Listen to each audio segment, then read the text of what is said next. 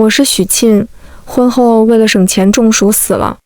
宋燕说，我平时不怕热。重生后，我扑到孟宴臣怀里，看着依旧等我去舔的宋燕冷道，哥，带我回家。当年我不顾爸妈哥哥的反对，义无反顾嫁给宋燕。婚后很快我就怀孕了，宋燕让我辞去热爱的工作，专心在家带娃。为了给孩子更好的生活，我们在大城市分期买了一套房子。消防员的收入并不高，房贷需要还20年。为了省钱，我甚至连空调都不舍得开。孩子半夜热得翻来覆去睡不着觉，我十分心疼，总觉得亏待了孩子。当年我在孟家锦衣玉食，虽然父母早亡，却也没受过这种苦。老公，把空调开了吧，太热了。宋燕白了我一眼，翻过身，开什么开？房贷都没还完，空调电费1个月得好几百，你天天在家不赚钱，就知道花钱。孩子热，心静自然凉。宋燕不耐烦，爸妈那个年代连电风扇都没有也过了，你就知足吧。可是我在火场救火，都不说热，你有什么资格跟我谈热？他打断，你烦不烦？婚后生活并没有我想象中的那么美好，柴米油盐，房贷的压力压得我们喘不过来气。宋燕对我的态度也越来越冷淡，她姨妈出车祸也瘫痪了，宋燕也接到我们家来，说姨妈从小对她很好，我刚好学医，方便照顾，这样可以省下请护工的钱。女儿年幼，姨妈瘫痪，导致我不能出去工作，一天到晚累死累活，干得1分钱不赚的活，还成了家里的闲人。我心里委屈又气愤，但看着宋燕熟睡的模样，想着她为了还房贷没日没夜的工作，心里的火气又被压下来了。白天女儿在写作业，我把电风扇让给她了，顶着40度高温在厨房做晚饭，热得头晕眼花，感觉有些喘不上气。宋燕晚上回来看着桌上的菜，不高兴地把包丢到沙发上，你能不能上网学学做菜？天热本来就没食欲，你看看你烧的，谁吃得下？我有点不舒服，我心跳得跟快要蹦出来一样。妈，你怎么了？甜甜看我脸色苍白，一下紧张了起来。我怕吓到孩子，就是有点热。这饭怎么这么硬？我跟你说过多少次，一半米一半水，水又放少了。宋燕不满地把碗往桌上重重一放，怒气冲冲地看着瘫坐在凳子上的我。下次我注意。我长吸了几口气，手指开始控制不住的抖。甜甜赶紧把电风扇对准我，下一秒，宋燕就直接把电风扇掉过头，对着他吹。爸妈不舒服。他不怕热。宋燕连看都没看我一眼，冷哼，就在家烧个饭，能热到哪里去？我有点不舒服，先去床上躺一会。我说完起身，整个人天旋地转，扶着墙勉强才能走。你睡了，我姨妈怎么办？宋燕冷冷抬头看着我，就像是没有感情的机器。我去喂。甜甜立马要去盛饭，却被宋燕拉住。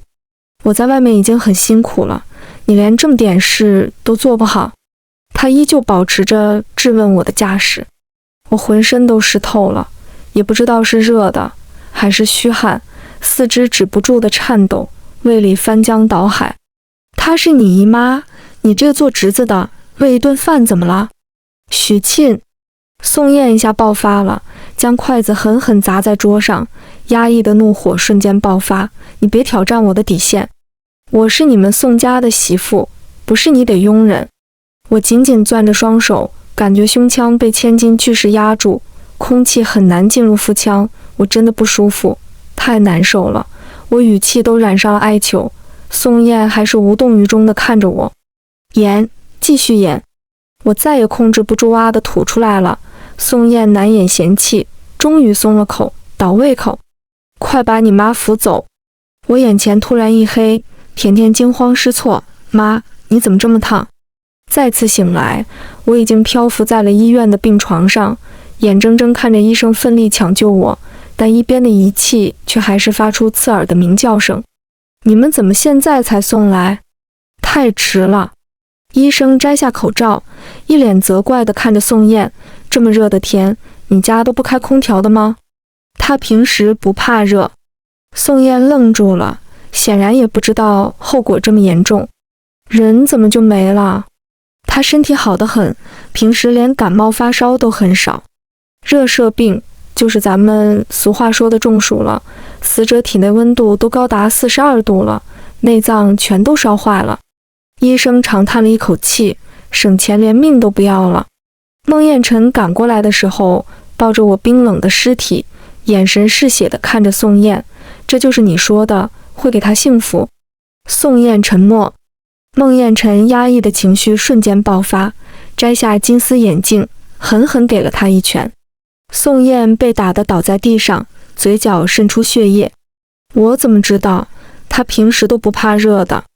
宋燕还狡辩，他毕竟是消防员，立即反击，但面对暴怒的孟宴臣，毫无还手之地。他被狠狠压在地上，孟宴臣眼眸布满血丝，声音满是懊悔与愤怒。当初我真不应该放开他得手，让他跟你走。我第一次看到孟宴臣失控，他总是儒雅冷贵，遇事冷静沉着，此刻却像疯了一样，让我心也揪了起来。所有的一切都乱了套。甜甜趴床上大哭，我想伸手摸摸她，可却穿过去了。看着伤心的女儿，瘫痪在床的姨妈，失控的孟宴臣，我既伤心又着急。这个家没有我，可怎么过呀？大概是因为我心愿未了，灵魂一直不能消散。很快，宋燕就让我知道，我想多了。死后第3天，她就把我闺蜜叶子带回来了。她那个跟我女儿同岁的儿子喊着爸，我这才知道，原来宋燕早就出轨了。小3的儿子比我女儿还大1个月。我气得扑上去撕扯，但无济于事，根本伤不了宋燕分毫，只能眼睁睁看着他们母子用我省下的钱各种买，不仅24小时开空调，甚至还在客厅安装了1万块钱的柜式空调。一家人其乐融融地吹着空调，我第一次看见宋燕笑得那么开心。我还以为是生活压弯了她的腰，让她变得不爱笑了，原来她只是在我面前笑不出来而已。那个女人真蠢，为了省点电费，把自己命都搭进去了。谁能想到，她以前可是孟家的小公主。叶子躺在宋燕怀里，嘲讽我的愚蠢。她不死，我怎么名正言顺把你接回来？宋燕抱着她，两人没羞没臊。房间里，叶子的儿子把我闺女按在地上打，就因为她不同意帮她写作业，每天都挨一顿毒打。遍体鳞伤的甜甜把这事告诉了宋燕，宋燕反手就是1巴掌。跟你那个没用的妈一样，这点事都做不好，他是你哥哥，帮他怎么了？我疯狂地嘶吼着，想要让这对奸夫淫妇死，但却什么都改变不了。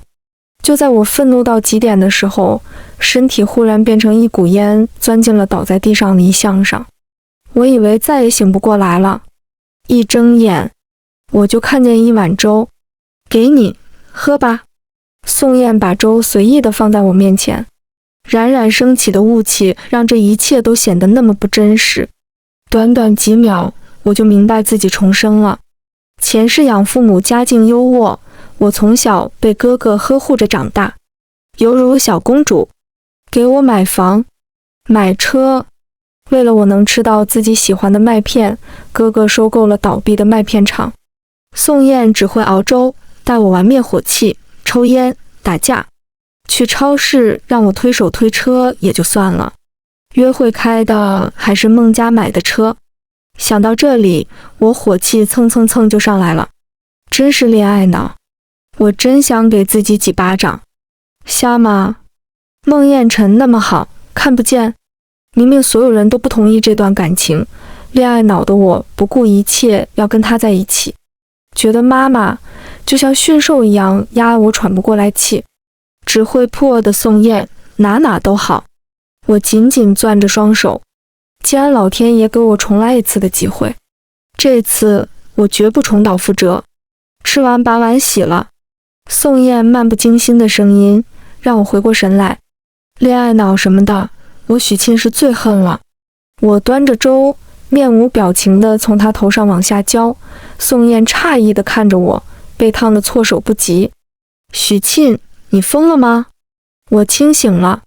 宋燕，我们之间不合适，分手吧。说完，不管愣在原地狼狈不堪的宋燕，我拿起桌上的包，打电话给孟宴臣，转身出了门。哥哥，来接我吧，我想回家了。那头沉默了几秒。好。孟宴臣低沉嘶哑的声音传来。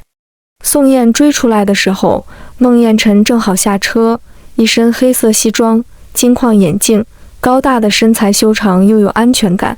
他以上位者的姿态，高高在上的俯瞰宋燕。两人一见面就是修罗场。再次见到孟宴臣，我眼眶瞬间红了。沁，上车。孟宴臣修长的手扶着我的腰，另外一只手打开车门。怎么突然想回家了？是不是车上？他单手推了推眼镜，没有继续往下说，怕触碰到我的逆鳞，毁了此刻的平静。我深吸了一口气，我跟宋燕分手了。车子猛地刹住，我整个人往前倒去，眼看着就要撞上挡风玻璃。孟宴臣下意识伸手护住我额头，他眼神晦暗不明地看着我。沁，你在说什么？这个，如果我跟他在一起会跟家庭决裂的话，那我希望那个人是你。我的话让孟宴臣眼底压抑了10年的感情犹如猛兽脱靠而出，他骨骼分明的手轻轻地磨蹭着我脸，犹如呵护着稀世之宝。沁，此时我透过后视镜看见骑着摩托车的宋燕追上来，我猛地凑到孟宴臣面前，借位。宋燕气得双眸喷火，从他那个角度看，我们正在缠绵。孟宴臣看着忽然凑近的我，喉结滚了滚，彼此的呼吸纠缠在一起，像是撩拨心弦的羽毛。他向来引以为傲的自控力瞬间土崩瓦解。他走了。我松了口气，正准备坐回原位，骨骼分明的手从脸颊划过，穿过发丝将我扣住。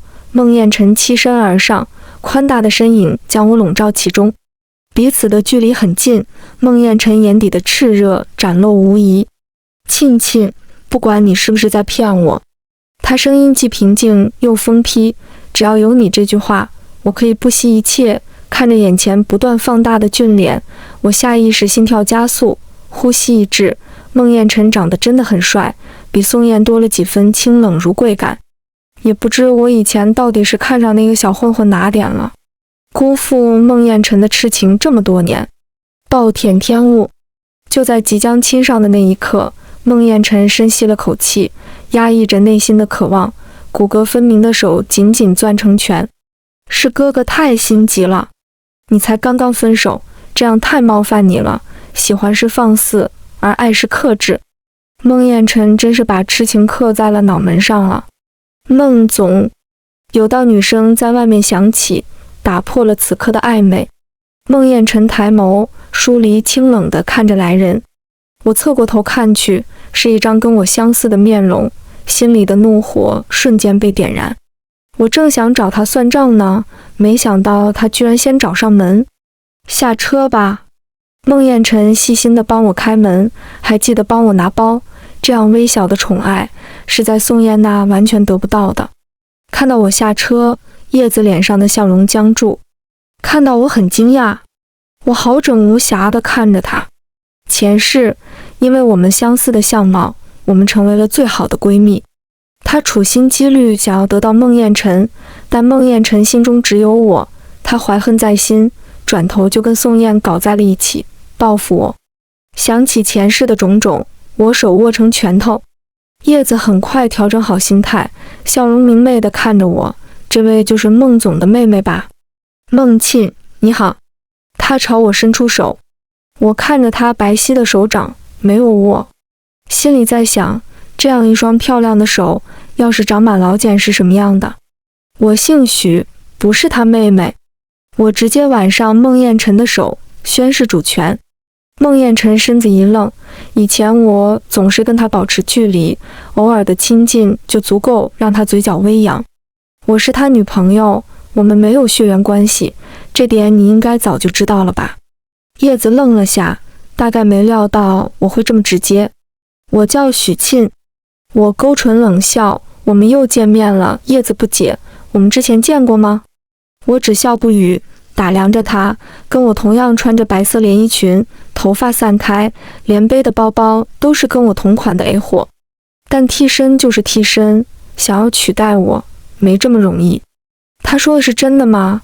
叶子试探性地看着孟宴臣，眼底的破碎感惹人怜惜。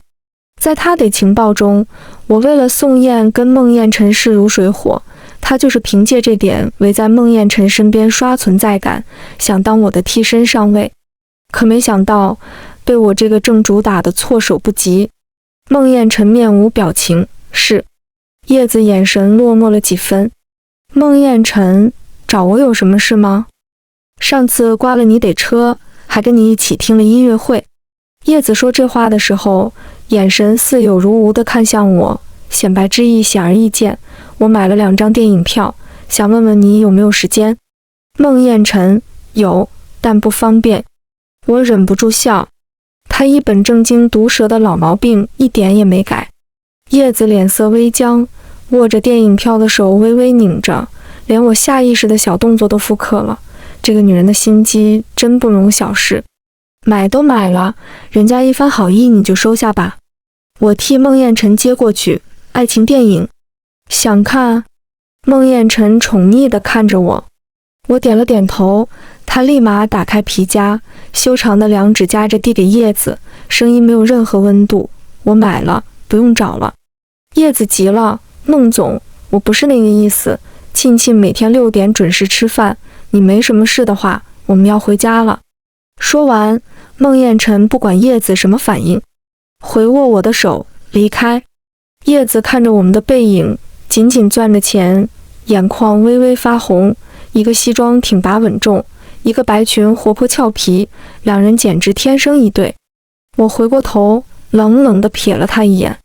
好戏就快开始了，既然前世他那么想取代我，那宋家媳妇这个地位，我倒是可以帮他安排安排。一进门，傅文英看到我，下意识站起来，眼神带着笑意，直到看到我们牵在一起的手，脸色瞬间冷了下去。沁沁，你们，妈，我跟宋燕分手了。看到他，我眼眶一红。前世妈妈给了我最的物质基础，甚至为了我屈尊降贵，给她医院的领导开车。我总觉得她严厉又固执，现在我才明白妈妈用心良苦。傅文英看着我们握在一起的手，松开。在妈妈的潜意识里，我要是跟孟宴臣在一起了，岂不是养了一个童养媳？传出去孟家的颜面往哪搁？我敬重且理解他，但我已经错了一辈子了，这辈子不能一错再错。妈，我想通了，孟宴臣才是我心里最在意的那个人，不管您同不同意，我都要跟他在一起。坚定的话语打破了这个家表面的宁静。你知不知道你在说什么？傅文英气冲冲地看着我，他是你哥，我们没有血缘关系，他不是我亲哥。既然孟家迟早要找儿媳妇，为什么不能是我？不许就是不许。妈，孟宴臣上前一步，宽大的身子将我护在身后，眼神坚定。这辈子除了沁沁，我谁也不会取得。傅文英怒视着我们，胸口不停起伏。只要我活着，我就绝对不允许你们在一起。傅文英看着不顾一切的儿子，你让别人怎么想你？我不在乎。孟宴臣冷冷地看着傅文英，我不会因为畏惧别人的目光放弃沁沁。我紧紧握着孟宴臣的手，我会从户口迁出去，以许沁的身份大大方方地跟宴臣在一起，他们愿意说什么就让他们说去吧。孟宴臣看着我坚定的模样，磨蹭着我的手背。妈，我今晚回来是想告诉您，我要跟沁沁搬出去住。从一开始，孟宴臣就走了99步，我只需要向前迈一步，他就会义无反顾地奔向我。哪怕天崩地裂。只可惜前世我并没有迈出那一步。孟宴臣做事雷厉风行，很快便在市中心给我买了一套可以看见大海的房子。看着落地窗外绝美的夕阳，我不禁红了眼眶。不用着急还房贷，没有吵人的高铁声，美好的就像是一场梦。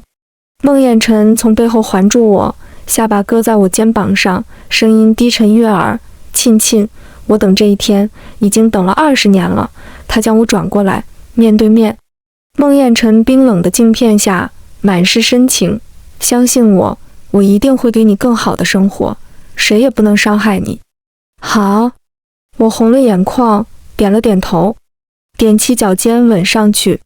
这一夜夜色迷离，终究是无眠。第二天一早，我醒来的时候，孟宴臣已经在厨房忙活了。我还是有些恍惚，睁眼看到的不是压抑昏暗的小房子，而是朝海的大别墅。孟宴臣系着围裙在厨房忙活。往常这些事都是我来做的，为了孩子，为了宋燕。孩子，想起甜甜，我心里一阵发酸。跟宋燕分道扬镳，最让我痛心的就是失去孩子，这一切都是宋燕导致的。想起她，我眼神暗了下去，拿起孟宴臣的手机，给陌生号码编辑了一条短信：某某酒吧，晚上等你。那边很快就回复：好的。我将这2条信息删除，关掉的屏幕倒映着我冷漠的脸。醒了，饿了吧？孟宴臣摆好碗筷，一碗简单的鸡蛋面，你小时候最喜欢吃这个了。他总是这样，关于我的一切都记得。怎么啦？孟宴臣察觉出我伤感，伸手摸了摸我的头。没想到你还会做饭。我浅笑，不会，但为了你，我可以学。孟宴臣拿出手机，里面是菜谱，他甚至为了我报了一个家常菜班，以后想吃什么，我给你做。我很想说，这些年我已经学会了各种各样菜，拿手术刀的手拿起了锅铲，各色菜肴都会，白皙的手掌有了厚厚的老茧。在宋燕眼中，我就是保姆，再也不是孟家的小公主。这些年我不断压榨，放弃梦想，最终却落得不得好死的地步。还是你对我最好了。我扬起一抹笑，压下内心的种种苦楚。我帮孟宴臣打好领结，一起坐上车。他眼神从始至终都不舍得从我身上离开。他去公司，我去医院。一到医院，我就看见了站在门口的宋燕。许沁，你为什么把我拉黑了？一张口就是指责。我不是告诉过你，我们分手了吗？我冷漠地从他面前路过。宋燕一把抓住我的手，随着衣服的拉扯，她正好看见我颈部的印记，她瞬间火大了。许沁，你昨晚跟谁在一起了？孟宴臣，你疯了？他可是你哥哥，以前是，以后不是。孟宴臣办事很快，我的户口很快就从孟家迁了出来，以后我跟孟家再也没有任何关系。为什么？就因为一碗粥？你不是最喜欢我给你熬的粥吗？你还说从一碗粥里感受到了家的温暖。宋燕失控地看着我，她每一句话都在提醒当初的我到底有多愚蠢。你的粥不只给我一个人喝过吧？我冷冷地看着她，眼神没有任何温情。宋燕愣了下，像是想起了什么，眼底闪过一丝慌乱，但很快便掩饰下去。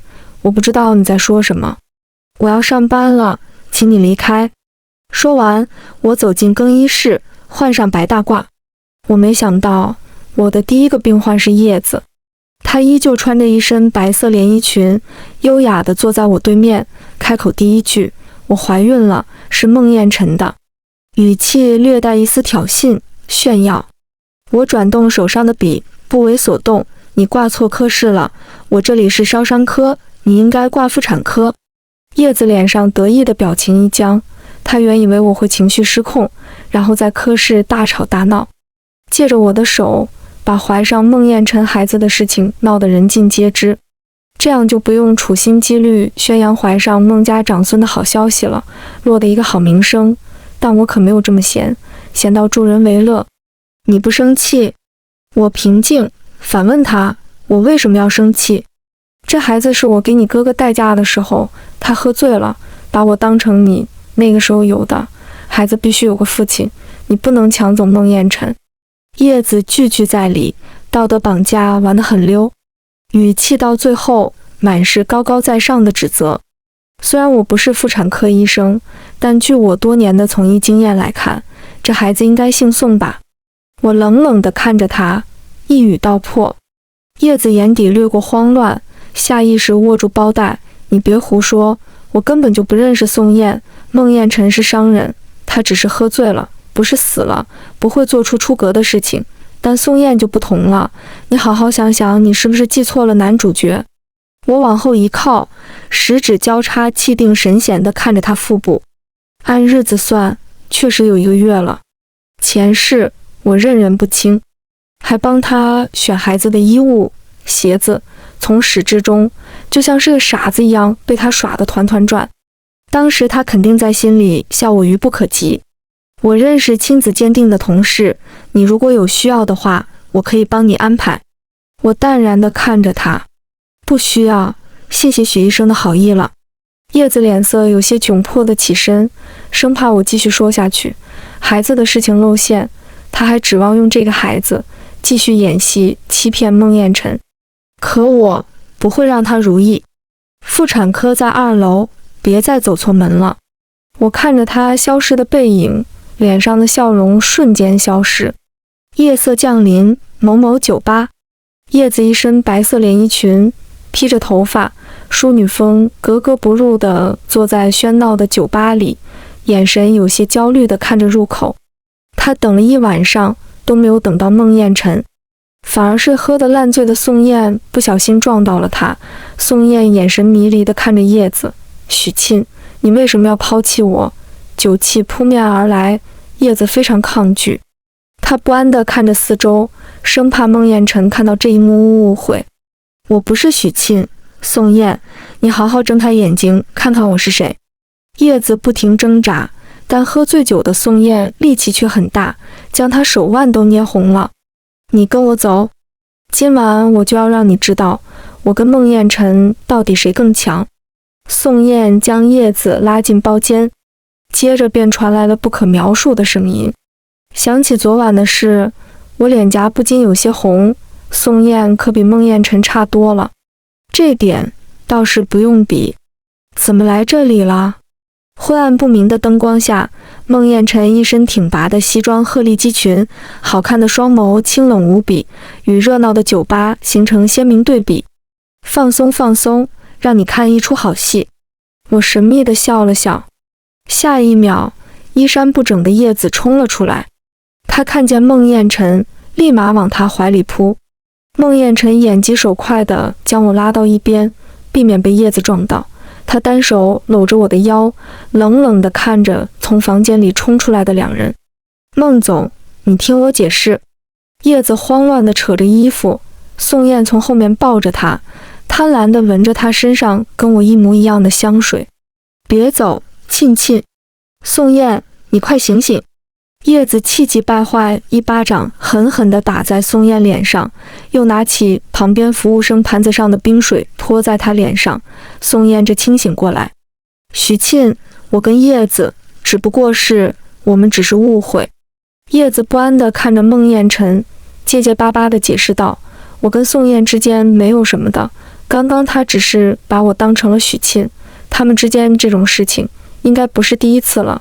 在孟宴臣看不见的角度，叶子恶狠狠地看了我一眼。你们之间的事情不用跟我解释。孟宴臣冷漠地看着他，只有一点，别污了沁沁的眼睛。叶子愣住了，他没想到孟宴臣丝毫不在乎我跟宋燕之间有不正当的行为，一味地维护我。他不知道，这一世我的第一次给了孟宴臣。宋燕咽了咽口水，许沁，你听我解释，孩子都有了，还叫没什么？我打断，语出惊人，看着叶子平坦的腹部冷笑。宋燕，恭喜你当爹了。宋燕愣住了，叶子脸色瞬间变白。他原本是想将这个孩子不留痕迹地往孟宴臣身上泼黑水，毕竟前世他连诬陷孟宴臣强，他要500万的封口费得事都做得出来，但最后孟宴臣却没有斤斤计较。他并没有受到实质的伤害，但这辈子就不一样了。地狱是什么滋味？我要让他尝一尝。叶子下意识想反驳，不是的，这个孩子是我直接打断，诬陷别人可是要坐牢的。宋燕好歹的是消防员，孩子出事，你们一家人幸幸福福在一起不好吗？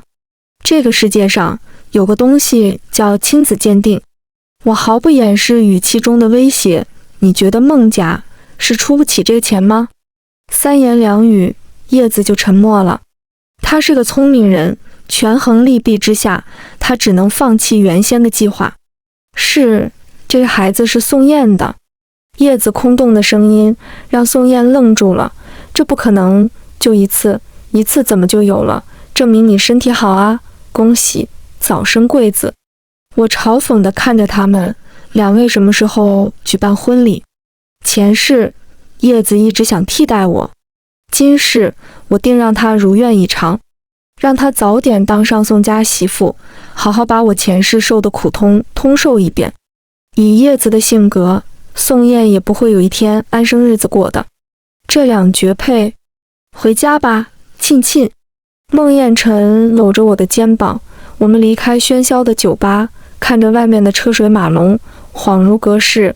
我牵着孟宴臣的手，宴臣，我们什么时候结婚？上一世的亏欠，这辈子我想尽力弥补。孟宴臣勾唇一笑，我已经在筹备了，一定会给最盛大的婚礼，让你成为这个世界上最幸福的新娘。我在他怀里安心地笑了。婚礼的日期，我特意选了跟叶子同一天。婚礼空前盛大，孟宴臣买下了 A 市最大的酒店，提前布局了整整1个月，还邀请了当红顶流来当婚礼司仪，连钻戒都是国外大师亲自锻造的100万鸽子蛋。我的婚纱鞋子是孟宴臣设计的，他还将公司1大半的股份都转给了我。人人都说我嫁对人了，员工们调侃道，冰冷总裁化身宠妻狂魔。反观宋燕那边，跟前世一样，宋燕为了省钱，在婚纱店租了婚纱，最便宜的那一件，肩头散线，叶子差点走光。那个姨妈上来指手画脚，处处看叶子不顺眼，给她脸色看，婚礼闹得非常不开心。婚后，叶子生下了1个儿子，为了省钱，没去月子中心，在家里坐月子，落下了一身月子病，还得了产后抑郁症。向来不懂得体贴人的宋燕不耐烦道，闹什么闹，你跟许沁除了长得相似，真不如人家。是，我是不如，人家眼光多好，不像我，嫁给一个垃圾。叶子失控地砸东西发泄。空调遥控器呢？这么热，你还让不让人活了？宋燕，我姨妈说坐月子不能吹空调，不然会落下月子病。叶子扑上去撕扯，省钱也不用说的这么好听，我嫁给你真是瞎了眼，我真后悔。宋燕直接1巴掌打过去，看着崩溃大哭的叶子，点燃1根烟，一天到晚就知道发疯，真烦人。而我婚后生了1对龙凤胎，看着女儿屁股上的印记，我哽咽了。向来雷厉风行的孟宴臣化身宠娃狂魔，每天爱不释手地抱着2个孩子，笑容一天比一天多。连结婚都没来的傅文英，看到孩子的那一刻，终究是放下了内心的心结。他乐呵呵地抱着孩子问我，孩子的名字想好了吗？我看着怀里的女儿，湿了眼眶，女儿叫甜甜。命运冥冥之中，真是命中注定。重生后，我最痛苦的就是失去甜甜，但我没想到，她居然以一种崭新的方式又回到了我身边。孟宴臣温柔地看着我，儿子叫孟成，取有情人终成眷属之意。家里一下子多了2个小家伙，热闹了不少。孟宴臣怕我带娃辛苦，月子是在最好的月子中心做的，回来请了好几个保姆，生怕累着我。你这个总裁，自从有了孩子，一天到晚不务正业，公司里的员工都在说你了吧？我一身白色连衣裙，挽着孟宴臣走在喧嚣的街道。孩子有保姆在带，我们偷溜出来看电影。孟宴臣穿着笔直的西装，他宠溺地看着我，什么事都没有陪老婆重要。谁要是敢乱说，我就开了他。我忍不住笑了，亲昵地靠在孟宴臣肩上。自从重生了，我们彼此的脸上的笑容越来越多了。半路上，我们正好看见叶子抱着孩子正在大街上崩溃大哭。宋燕，我真是瞎了眼，怎么会嫁给你？不就是一杯奶茶吗？你连一杯奶茶都不舍得给我买。1年不见，叶子憔悴了很多，黑眼圈很重，常年抱孩子导致弯腰驼背，一头长发为了省事剪成了齐肩短发，整个人干枯瘦黄，穿着几10块的廉价碎花裙，手上抱着不停哭闹的孩子。以前他跟我是有8分相似，但现在我们完全不同。生活不仅压垮了他，更洗涤了他身上的精气神。你整天当个甩手掌柜，什么都不管，还让我照顾你瘫痪的姨妈。我为了这个家没日没夜的付出，你连开空调都不舍得，一天到晚就知道省钱。你穷，怎么省也不会发财的。说够了没有？宋燕一巴掌打过去了，叶子脸上立马红肿了起来。他把孩子放在路边，冲过去，两人扭打在一起。